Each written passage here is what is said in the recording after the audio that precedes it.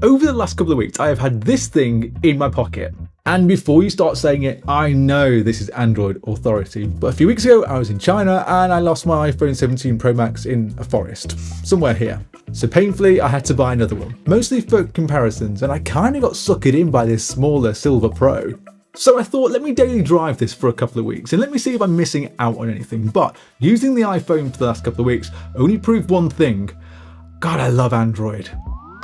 I'll start by saying the iPhone 17 Pro is a good phone and it doesn't do anything wrong, it just does a few things different. The size of this though is perfect of the smaller Pro, and I just wish that all Ultra and Pro phones were just a one-handed powerhouse.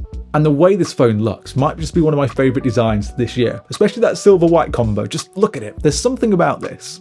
And it has one little button that I wish my S26 Ultra or my Pixel had: camera control. I'm not going to tell you that I've used camera control a lot when taking photos because it's just a bit annoying. It's too finicky to try and land a zoom and too much effort to try and use any of the other controls. What I do like though is that I can use it to open the camera.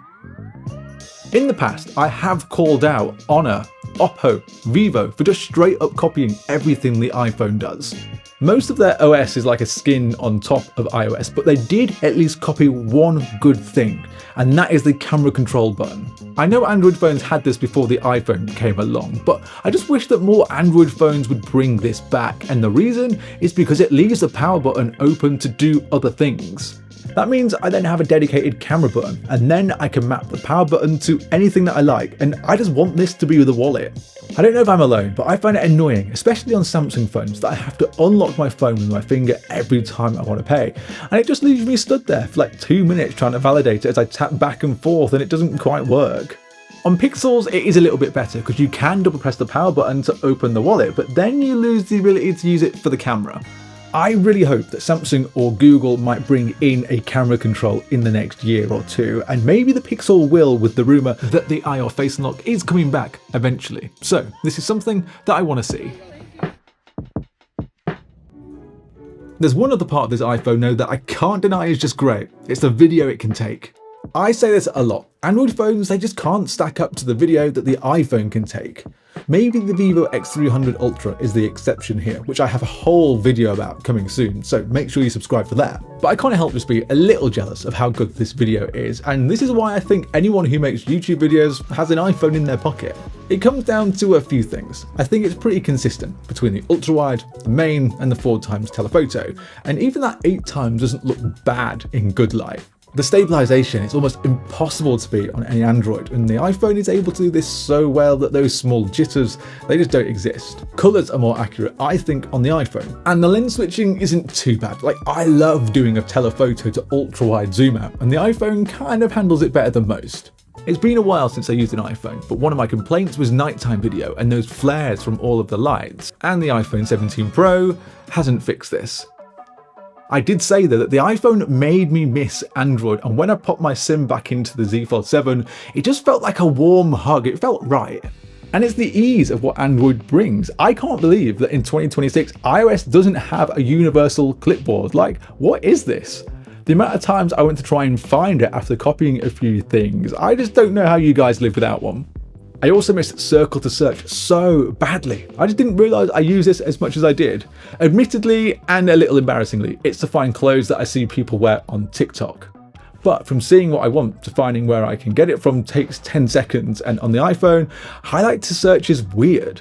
I need to screenshot and then circle, but it doesn't highlight what I've then tried to search. It's slow, and I saved maybe about 100 screenshots by mistake because this UI is terrible. And it was so annoying when I wanted to try and copy text from somewhere that doesn't let you highlight it. Like on the iPhone, you just can't do it. On my Android, I'm circling to searching, I'm copying, I'm pasting, and I'm off. Like, I think circle to search might be one of the best things Google has ever introduced. And then Siri. I know it's a bit of a running joke about how bad Apple Intelligence and Siri is, but it's so bad. Like, I don't know how Apple get away with this. Let me just show you how bad this is. Can you tell me how much the iPhone 17 Pro is? Okay. I found this on the web. Can you tell me how much the iPhone 17 Pro Not is? great. And now let me ask the Z Fold 7 the same question. How much is the iPhone 17 Pro? The iPhone 17 Pro is expected to start at $1,099, though There you go. I mean, like, the iPhone can't tell me the price, but the Z Fold 7 can. Siri's just not good. And something else that Apple Intelligence just cannot do very well is removing things from photos. Like, this is not good. I'm going to test it with this. So I have this photo on both phones with my hand in front of my face. So on the iPhone, I'm going to try and do this first. So I circle around what it needs to get rid of. It will slowly then try and get hold of the hand. And let's see what it does here. Oh, not great. And then the same photo on the Z Fold 7. Let me try it on here. So search around the hand. And when I erase it, let's see what it comes back with. Oh! Okay. I mean, it's giving me a face, but who's this guy? Okay, I might give that to the iPhone actually, because at least it doesn't give me that. Even for everyday tasks, I found the iPhone to just be a bit messy. I don't even know what this typing experience is about. The iOS keyboard is so bad. I feel like I can't get anything spelt right. Autocorrect is a pain, and I just keep hitting keys by mistakes. And I'm glad it's not just me that thinks this. There's no back gesture. I don't know how you guys live without this. And maybe this is a little bit unfair because I multitask a lot on the Z Fold 7, but there's no multitasking on the iPhone yet. Like, it has all this power and you still have to swipe between apps if you want to open more than one at the same time. It's like living in the dark ages. Notification management is a bit bad, and iOS 26 is just not great. I'll give Apple some credit though. Liquid Glass looks pretty cool, especially in the few apps that I've seen it in.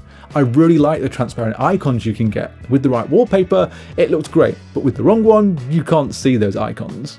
And I think Face ID is unmatched, and I can't tell you that I'm not jealous of this. Face Unlock on Androids is fine in daylight, but it's in the dark where the iPhone ironically shines. The closest Android you can get to this is the Honor Magic 8 Pro, but I really wish that someone else would just add this sort of Face ID into their phones. What I kind of started to love though was the ecosystem, because just being able to go from my AirPods on my phone to my Apple Watch to my Mac without having to do anything, like, it was kind of like magic. And it's that old adage that people say about Apple, it just works, and it did.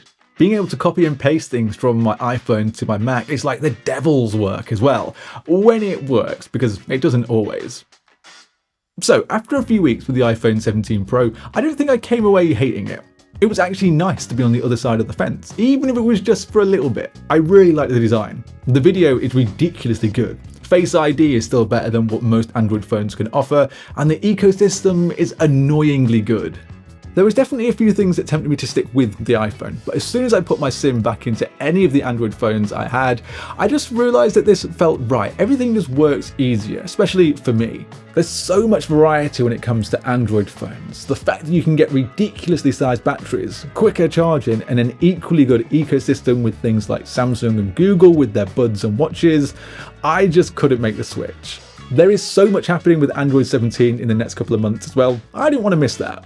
So the iPhone for now can happily go back into the drawer until the next comparison. I'm interested though, if you switched from iPhone to Android and stayed with Android this year, what kept you on it? Or if you tried to make the switch and then you just couldn't do it and went back to your iPhone. Like, I'm genuinely curious, so let me know in the comments below. Before you head off, if you can subscribe to the channel, it would mean a lot, and thank you very much. And if you do that, then I'll see you in the next one.